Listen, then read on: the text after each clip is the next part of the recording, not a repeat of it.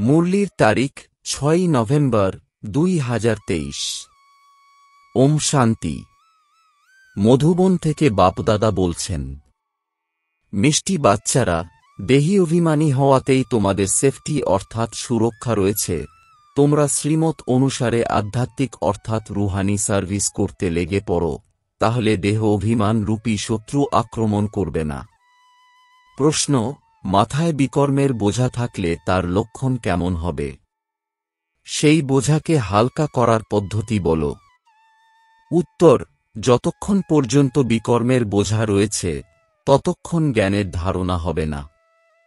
এমন সব কর্ম করা হয়েছে যেগুলো বারবার বাধা দেয়, আগে এগোতে দেয় না। এই বোঝাকে হালকা করার জন্য নিদ্রাকে জয় করে নিদ্রাজিত হও। রাত্রি জেগে বাবাকে স্মরণ করলে বোঝা হালকা হয়ে যাবে।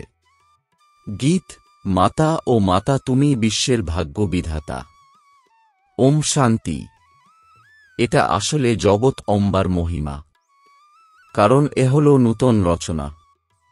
একেবারে নূতন রচনা তো কখনো হয় না, পুরাতন থেকে নূতন হয়।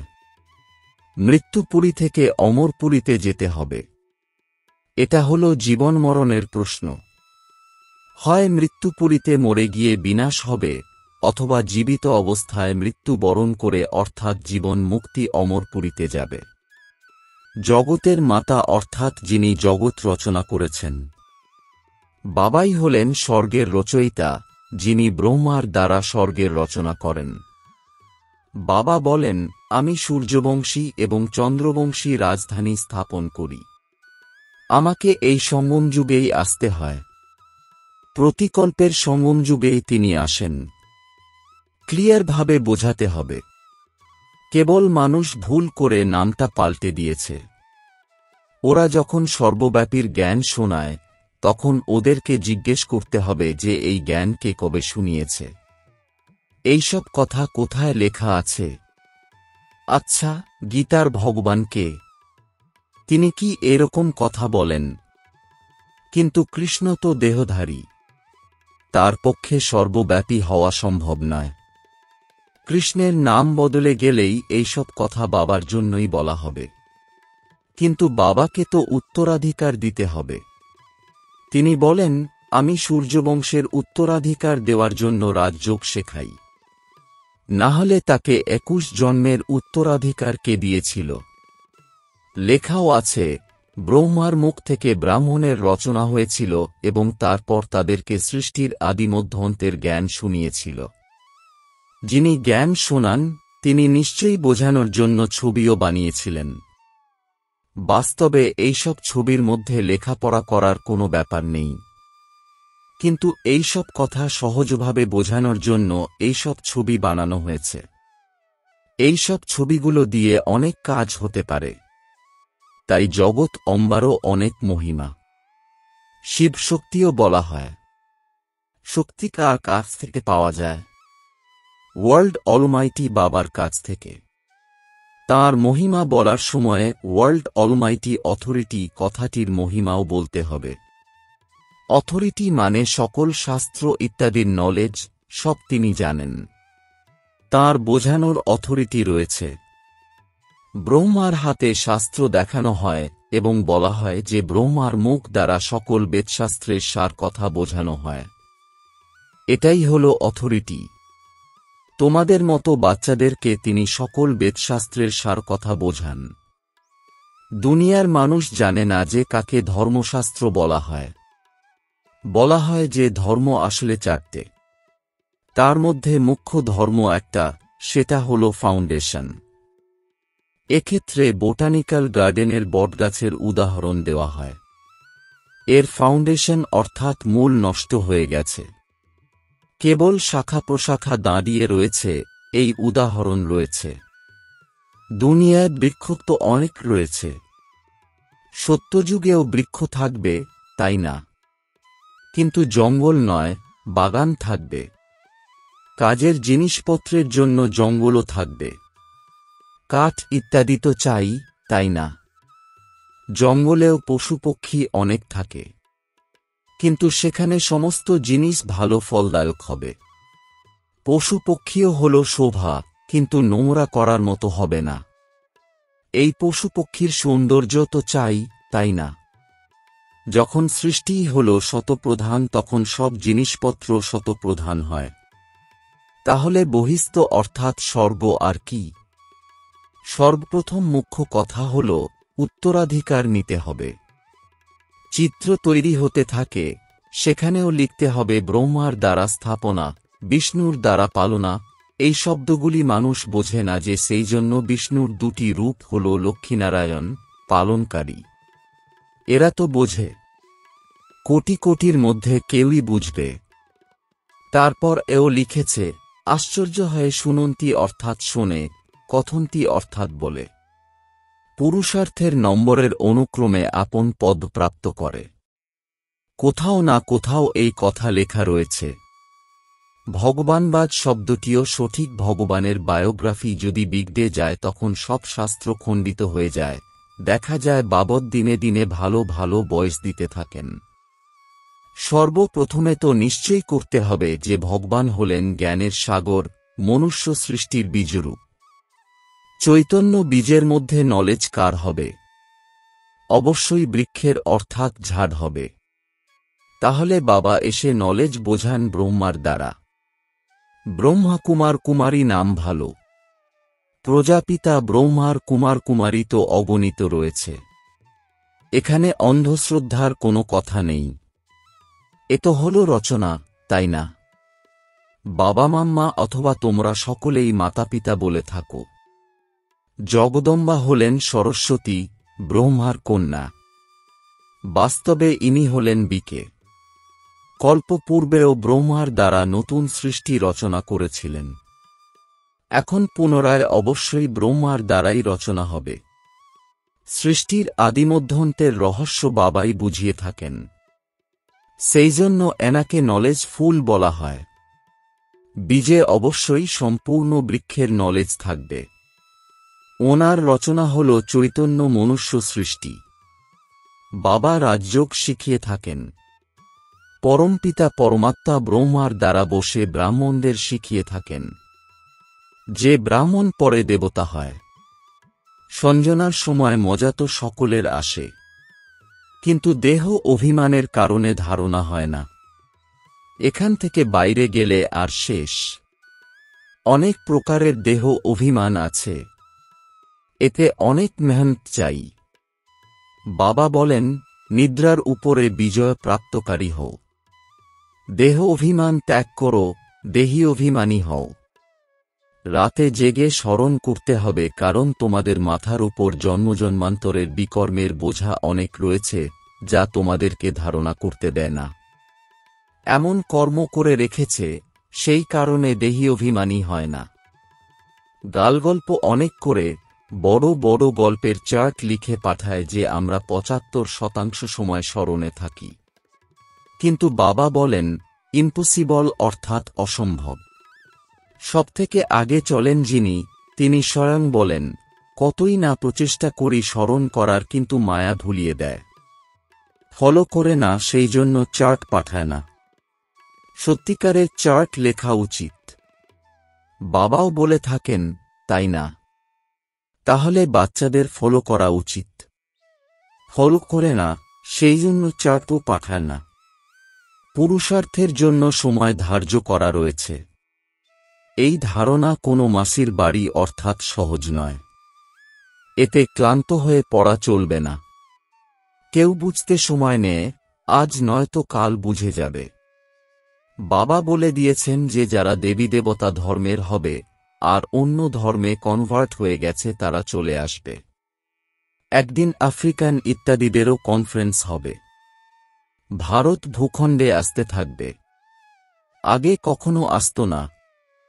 এখন সকল গণ্যমান্যেরাই আসতে থাকে। জার্মানির প্রিন্স ইত্যাদি এই সকলেরা কখনো বাইরে বেরোত না। নেপালের যিনি রাজা ছিলেন, তিনি কখনো রেল দেখেননি। নিজের সীমার বাইরে কোথাও যাওয়ার হুকুম ছিল না। পোপ কখনো বাইরে বেরোয়নি, এখন এসেছেন।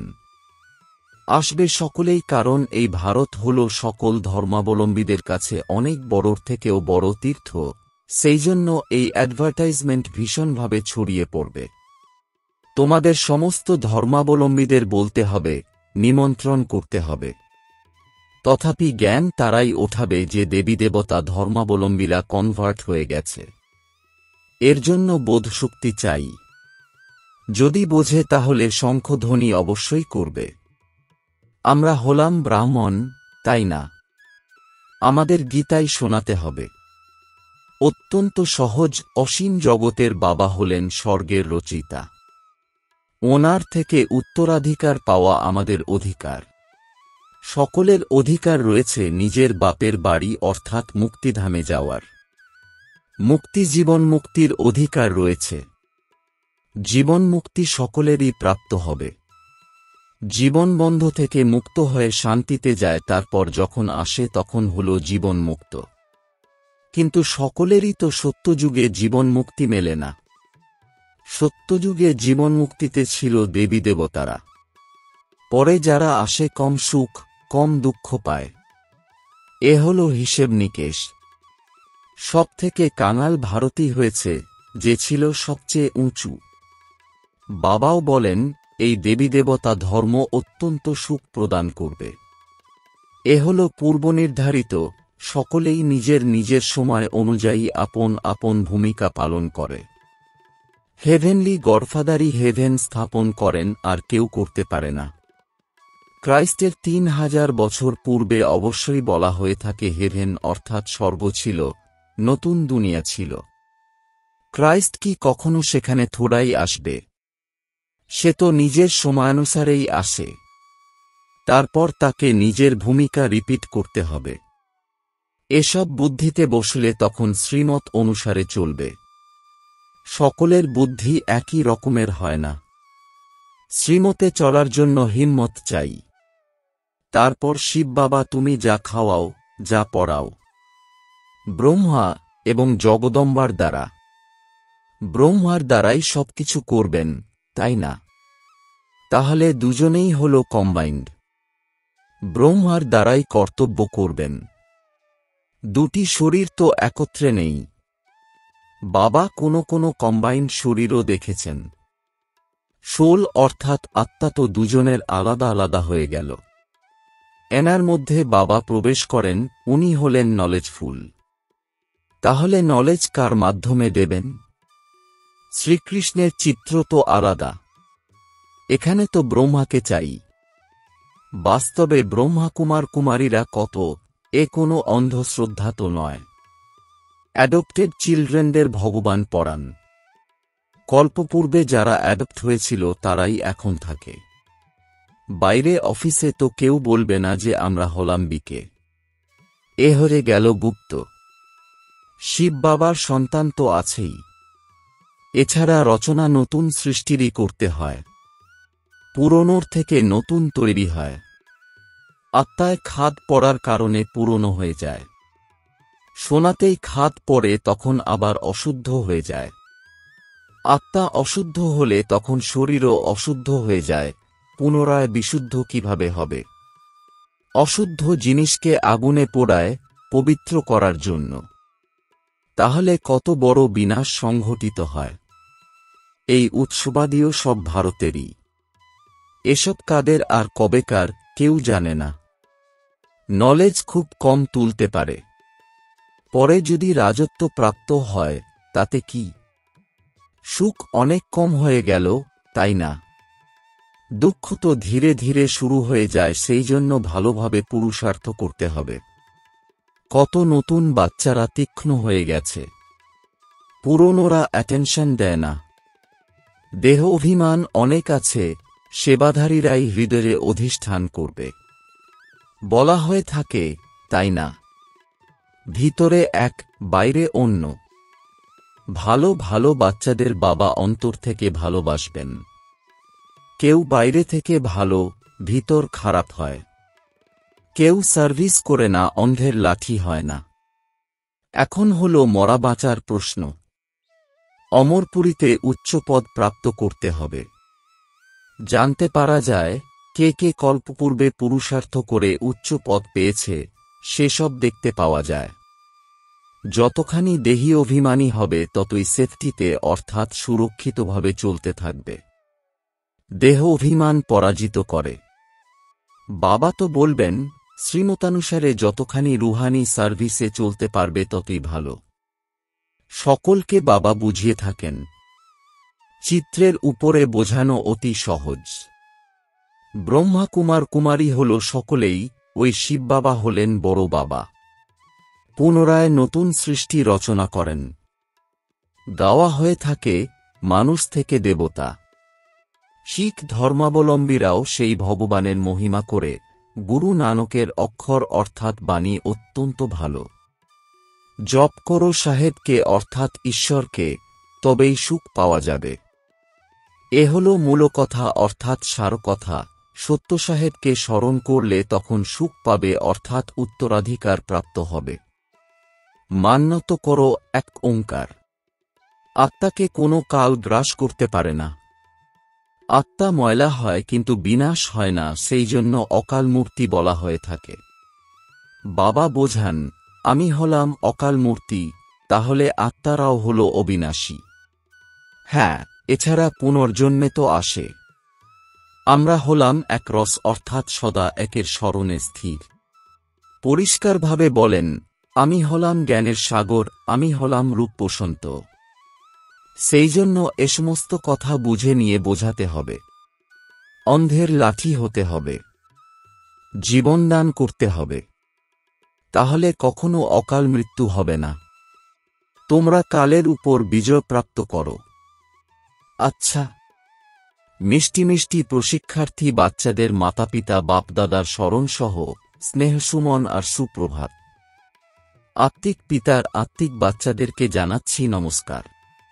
ধারণার জন্যে মুখ্য সার: ১. শ্রীমতানুসারে রুহানি সার্ভিস করতে হবে। অন্ধের লাঠি হতে হবে। শঙ্খধ্বনি অবশ্যই করতে হবে। ২. দেহী অভিমানী হওয়ার জন্য স্মরণের চার্ট রাখতে হবে। রাতে জেগে থেকে বিশেষভাবে স্মরণ করতে হবে। স্মরণে ক্লান্ত হয়ে পড়া উচিত নয়। বরদান: সদা নিজের শ্রেষ্ঠ গরিমায় থেকে উদ্বিগ্নতা সমাপ্তকারী মাস্টার সর্বশক্তিমান ভব। এর বিস্তার: সর্বদা এই বরদান যেন স্মৃতিতে থাকে যে আমরা হলাম নিজেদের শ্রেষ্ঠ গরিমায় থাকা অন্যান্যদের উদ্বিগ্নতা সমাপ্তকারী মাস্টার সর্বশক্তিমান। দুর্বল নই। শ্রেষ্ঠ গরিমার সিংহাসনে অধীন। যারা অকাল সিংহাসনাধীন হয়, বাবার হৃদয় সিংহাসনে শ্রেষ্ঠ গরিমায় অবস্থান করে, তারা স্বপ্নেও কখনো উদ্বিগ্ন হতে পারে না। কেউ যতই হয়রান করুক কিন্তু নিজের শ্রেষ্ঠ গরিমাতেই থাকে। স্লোগান: সর্বদা নিজের সমানে থাকো, তাহলে সকলের মান সম্মান প্রাপ্ত হতে থাকবে। ওম শান্তি।